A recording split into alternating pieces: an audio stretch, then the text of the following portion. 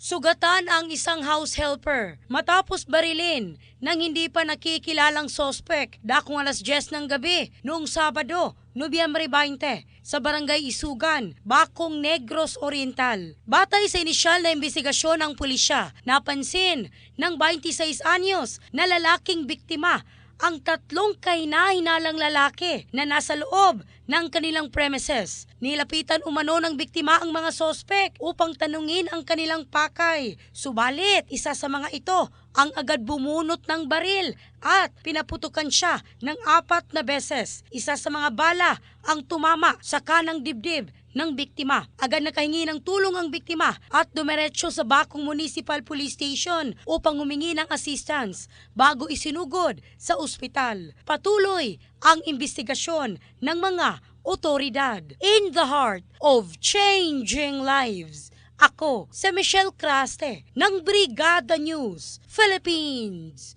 the Music and News Authority.